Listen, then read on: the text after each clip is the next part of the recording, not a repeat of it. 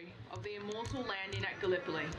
This meeting of citizens of Queensland expresses its loyalty and devotion to the throne and person of Her Majesty, Queen Elizabeth II, and to the British Commonwealth of Nations.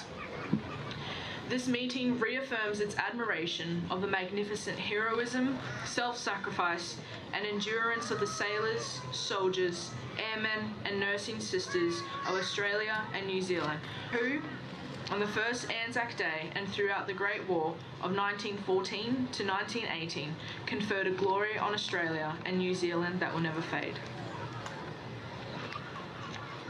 Avers that lofty ideals of service of the ANZACs pervaded the dauntless spirit of Australia's gallant sons and daughters, who during a period of 6 years of fierce and intensive warfare on land, on sea and in the air, from 1939 to 1945, gave such heroic and self-sacrificing service in the cause of liberty.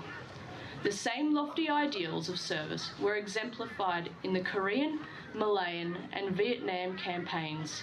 This meeting voices its heartfelt sympathy with the relatives of those who during these wars made the supreme sacrifice, and with those who have suffered on behalf of the Empire. If I were asked who is the greatest hero in my life, I would not answer with a singular person. Instead, I would answer with ANZACs. We do not come here on ANZAC Day to glorify the wars that have been fought, but instead to remember the sacrifice the ANZACs have made. I can proudly say that ANZACs have truly made an impact in my life. They have not only granted us with freedom in our country, but with the morals and a legacy that will not be forgotten. For that, I am eternally grateful. The medals I am wearing today are not my own. They are my great-granddad Marshall's. Granddad Marshall was in the trenches when the bombings occurred in Darwin.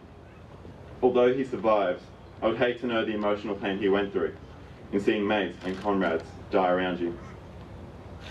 I am now 17, and if I turn out to be half the man my great-granddad was, I will count myself lucky.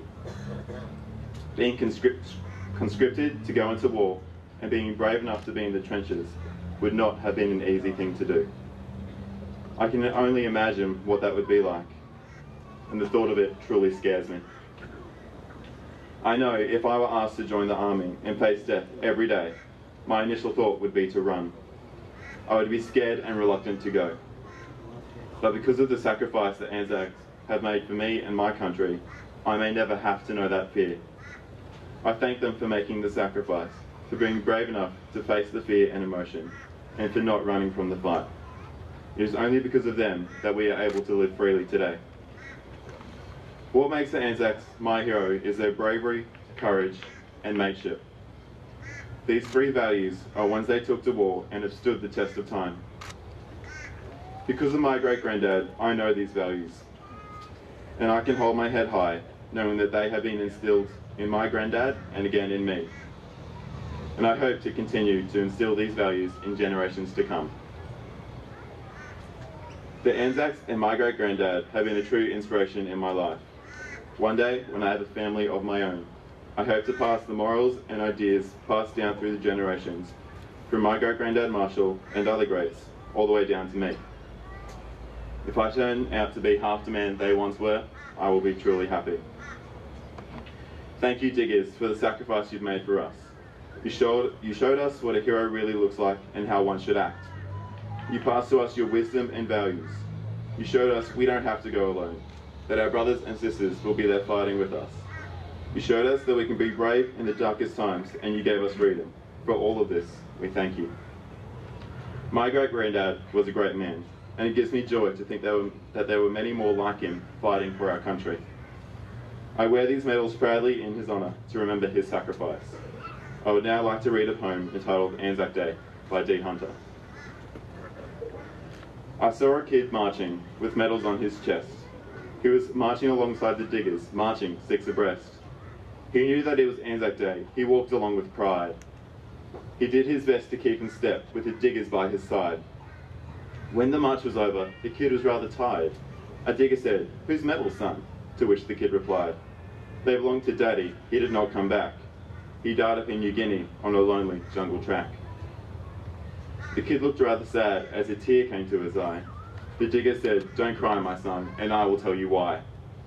Your daddy marched with us today, all the bloomin' way.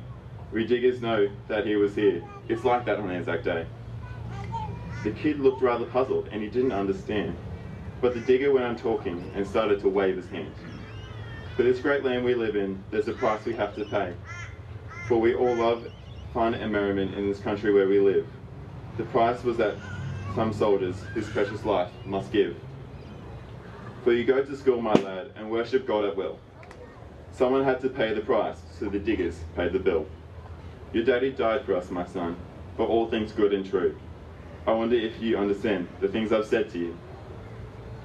The kid looked at the digger just for a little while, and with a changed expression said with a lovely smile, "I know my daddy marched here today. This is ANZAC Day. I know he did, all the bloomin' way. Lest we forget."